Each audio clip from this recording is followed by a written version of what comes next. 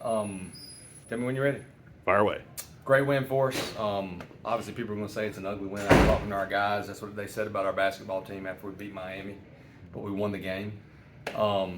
You know, I felt bad for Carter French because he's a great outfielder, and that let them, obviously gave them more energy and let them back in the game a little bit. But on the reverse side of that, we did a lot of things really well. I'm not big on focusing on the things we didn't do well. That's my job as the head coach, to get down to Miami tomorrow and work on our defense, work on Parks Harper going to his right, work on shoring up some things. But at the end of the day, you know, we gave Luke the day off for the most part until he hit that big home run. Gave Vance the day off, threw Gavin Gallagher in left field, who really hadn't played much left field, which is why we made that change with Carter, and guys stepped up. And I thought Haskins was outstanding. I thought Olin Johnson hadn't pitched since ECU. He was aggressive. I thought all in all our guys, they brought it collectively, and that's why they came out on top. When you give all these guys a day off and then you have an interesting game like that, it helps you, or does it help you down the line, giving these guys high leverage situations? Yeah, 100%. And y'all saw tonight how good Haskins is defensively. He's one of the best receivers in the country. Obviously doesn't have Luke's arm strength or the power that he has offensively. But, you know, Luke's caught a ton. Mm-hmm. And it's going to be 90 degrees in Miami, and we felt like, hey, we can win this game. We've got good enough players, but it does. It helps you build depth, and you never know what can happen. Mm-hmm. And, you know, a way to get Gavin in could be in left field. So it's not like he spent a ton of time out there because our outfield's pretty deep with Casey, Vance, and D'Onofrio. But you saw what Tony, Tony's like we call him Tony, D'Onofrio can do in center field. He played well, and Gavin, sure enough, he goes out there and he's got like 4 balls hit to him, and he didn't look too bad. What can he not do?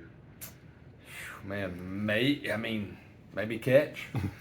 I don't know. He'll say he could 100%. But I mean, he's been raised the right way. I mean, he's going to be a superstar, and in today's world, you know, when you're not in the lineup every single day, you don't have many kids with that much talent to act like they do, like Gavin does. Phenomenal teammate, been raised the right way, so it's not surprising to me that he's having success when he is in there.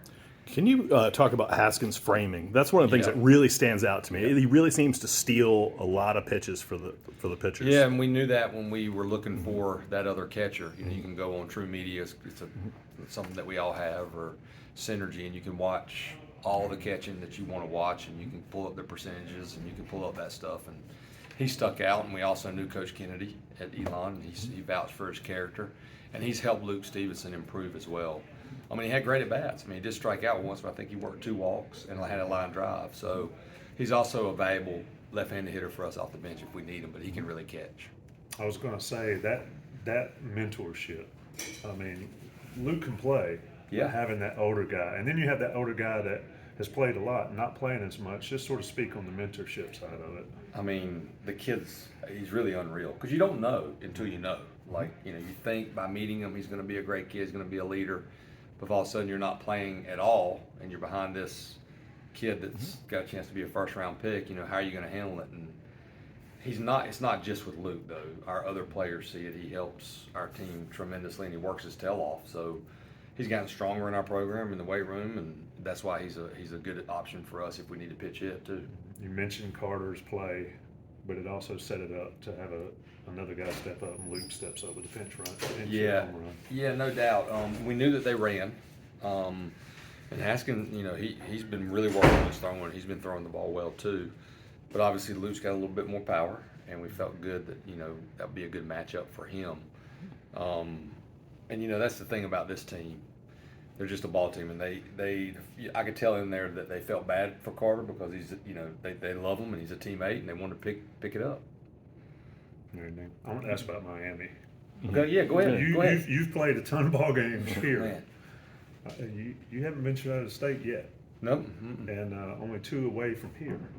Yeah. What do you tell the team when you get on the plane going down there? How it's going to be different. It's going to be hot. Yeah. You mentioned that, but Miami's a good team. Yeah, they are. And, you know, it's always harder on the road, which is why we felt like we needed to play good teams on the road before we went down. So we went to the jungle, and the jungle's the jungle. No offense to Miami.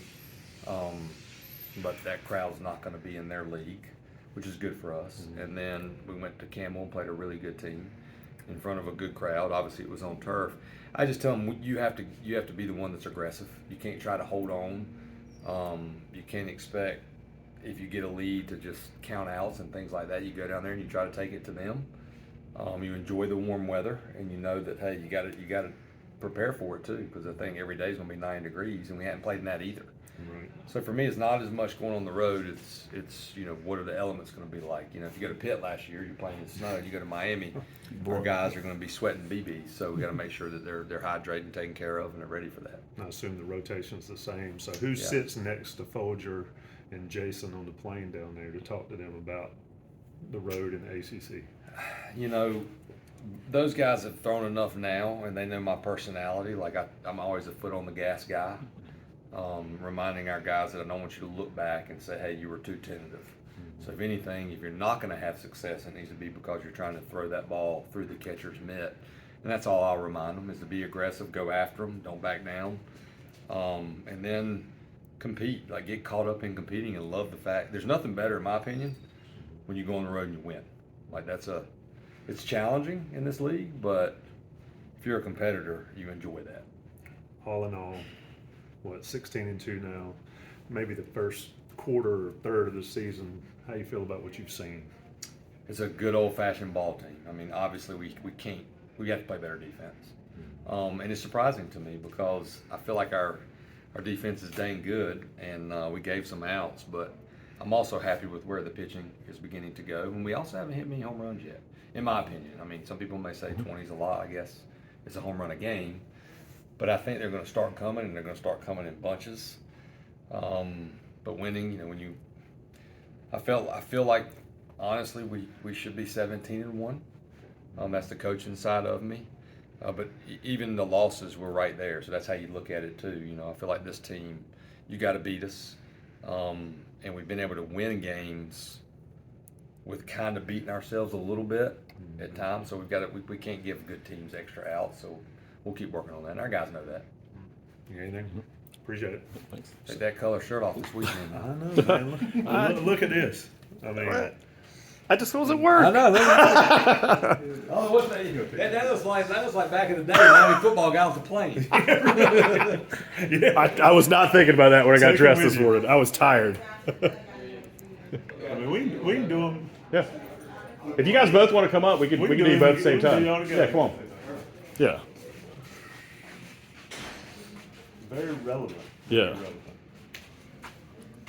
Thought you had the day off, didn't you?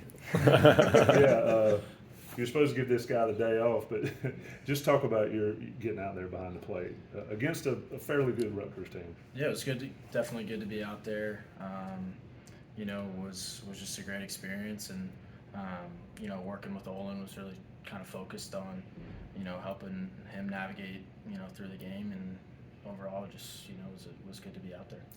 Coach talked about the mentorship side of this here. I mean, you don't look it, but you're older than he is. Just sort of speak to your role in that here. Yeah, I mean, Luke's a great guy. He's got a great head on his shoulders. So he definitely came in prepared and ready to play. So it's just kind of giving him little tips here and there to help him out. But it's he's an extremely talented player. Definitely ready to take on the season. So. All right, so you're supposed to have the day off. A little stuff happens, game gets close, and your number gets called there. Just sort of walk us through that. Yeah, Coach Forbes just said, just in case anything happens, be ready. And I just was ready. He told me in the eighth, to start stretching out. I didn't know if I was going in, but got my legs going and got a pitch to hit. So. What'd you hit? It was a changeup. Did you see where it landed? I did not. Nobody else did either. So you guys have sort of, like I just mentioned, the Coach Forbes sort of gotten through maybe the first third of the season. Now you go on the road in the ACC. You haven't experienced the road at high school, one thing, but you've been on the road elsewhere. What's the difference playing away from home in college baseball to you? Yeah, obviously, there's a sense of comfort, right, when you're playing home, but it's a good challenge, and good teams find ways to win, wherever they are and whoever the opponent is. So I think for us, we're excited for the challenge, and looking forward to going down there. We know they're going to be a great team, but we're just trying to play our best baseball. So looking forward to it. Can you all discuss how you both work on framing pitches and stealing strikes for your pitchers? Maybe. Yeah, we do a lot of machine stuff. We got a pretty solid routine that, we've built over the course of the year, and incorporated stuff that we were working on in the fall. But it's a lot of machine stuff. We do when we're working on framing specifically, and then we'll do like a mix of like where we're doing pitches in the dirt and framing. So it's like really game-like. Yeah, and he's helped. I mean, he's brought a lot of new like drills into like our mix. One he literally just added this weekend, like constantly thinking of things. Like you asked the question to him, but having him like just with me and like having each other together, like we just kind of like we want each other both to like succeed and get better. He never shies away from helping me mentally and physically behind the plate, and I try to do the same for him. So it's a great like how we work like together, and that we both defensively want to steal as much strikes for our pitchers, and a great ball behind there. Yeah. With so many freshman pitchers, can you talk about how important it is to communicate with them and to work with them? Because I mean, it's always a roller coaster. Yeah, I feel like it's, and we can both touch on it, but I feel it's just being like having them be comfortable.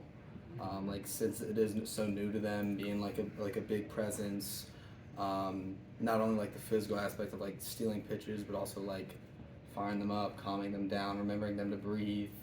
Like that's one of the things he does really well, and like you'll see him signaling and talking behind the plate just to relax them, and if they're worried about the next fastball they have to throw, then like just get them in like the right mindset to throw it.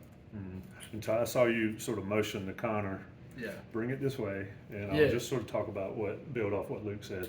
Yeah, definitely. I think obviously a lot of freshman arms, a lot of talent, and it's just you're trying to do your best to help them bring them their best stuff every night. Thinking about Folger and Jason, those guys have, just great heads on their shoulders, right? They've just, kind of hit the ground running. So just it's kind of little things with those guys. They're really out there and throwing the ball well. So last question for me at least.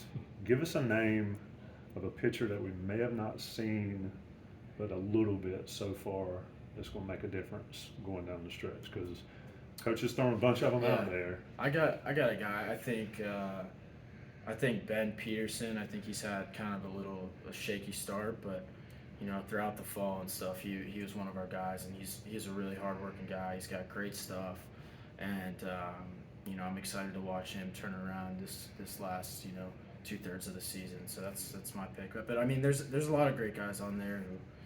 Just a competitive staff where, we got some horses in the bullpen eating up innings, and but that's one guy just out of a couple.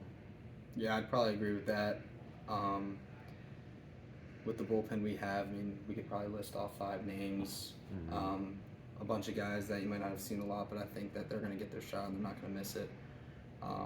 So I think it's going to be interesting. I'm excited to see. You good? Yeah. Yeah. Thanks, guys. Appreciate it, boys.